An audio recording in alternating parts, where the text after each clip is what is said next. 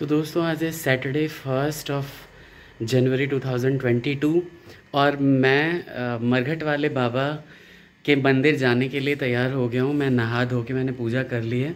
मुझे अब याद आया कि चलो मैं थोड़ी सी रिकॉर्डिंग कर लेता हूँ और रिकॉर्डिंग करके मैंने शूज़ डाले हैं और मैं फटाक से निकल रहा हूँ यहाँ से।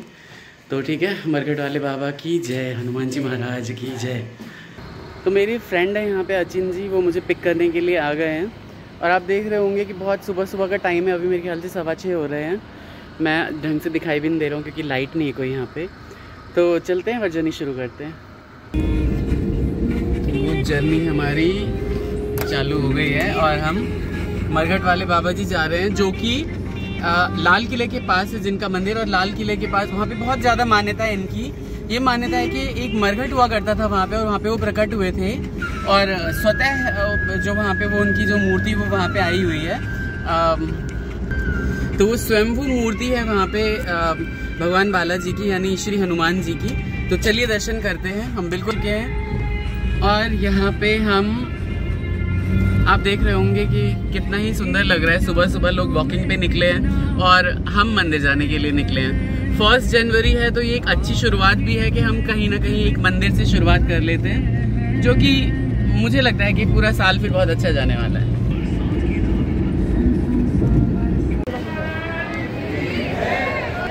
दरबार।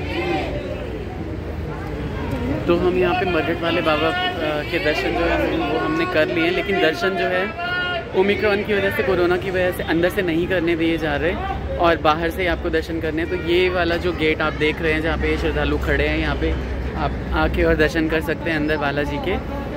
इधर की तरफ पीछे प्रसाद की शॉप्स हैं, जिन शॉप से आप प्रसाद ले सकते हो। हमने भी ये प्रसाद लिया है और प्रसाद आपको यहाँ पे कोई पंडित जी भी नहीं है फ़िलहाल, और आप खुद ही भोग लगा दें। जो भी आपको भेंट प्रसाद चढ़ाना है आप वो भी चढ़ा सकते हैं और उसके बाद ये दर्शन आपके पूरे हो जाते हैं। आप चाहे तो हनुमान चालीसा कर लें या फिर कोई भी पूजा जो आपके मन में होती है वो आप कर सकते हैं। आप रामचंद्र जी का नाम ज़रूर लें क्योंकि उससे हनुमान जी बहुत प्रसन्न होते हैं। बोलिए जय श्री राम।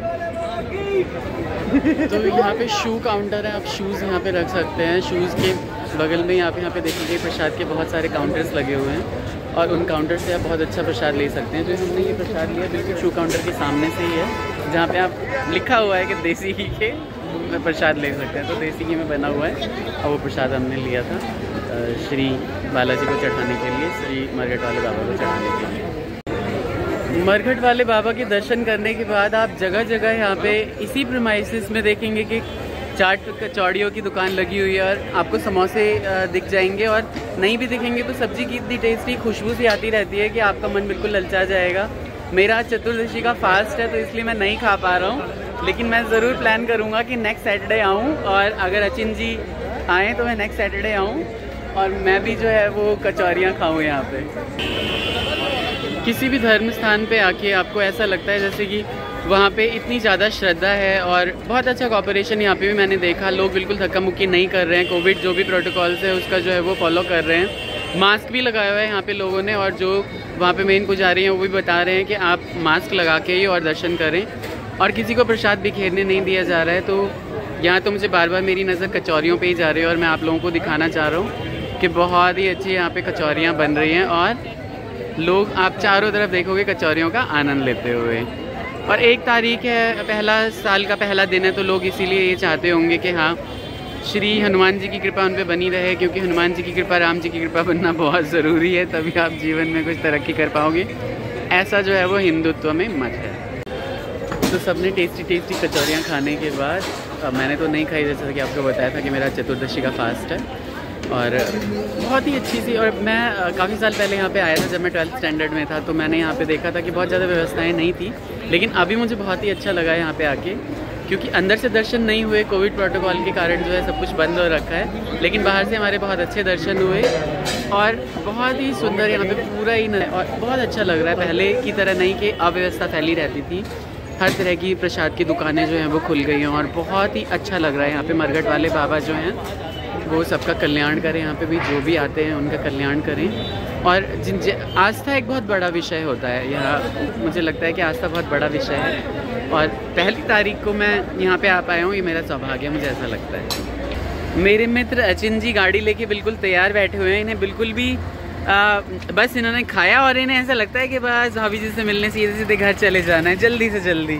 तो गाड़ी पे तैयार बैठे हुए हैं, पीछे हमारे जो हैं वो स्मार्टी बैठे हुए हैं। और आप ये देखेंगे यमुना बाज़ार का एरिया है ना, यमुना बाज़ार बोलते हैं ना इसे अचिन जी?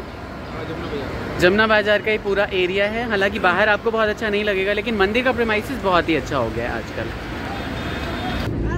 तो दिल्ली में बहुत ही ज़्यादा धुंध हो रखी है। हमने श्री महाराज के दर्शन करके, मरघट वाले बाबा के दर्शन करके और हम अपने घर की तरफ जो प्रस्थान कर चुके हैं।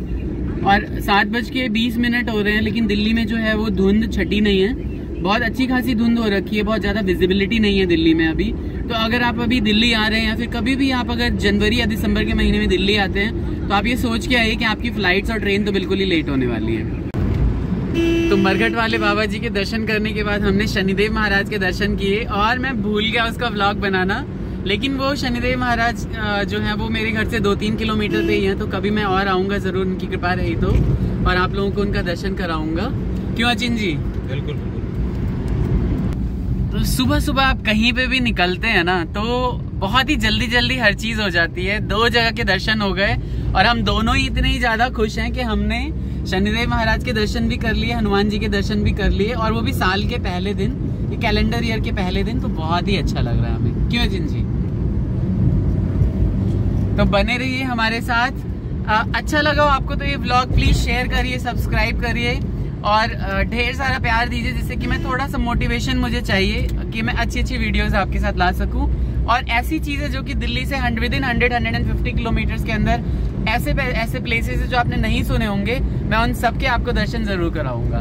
तो बने रहिए। Bye bye.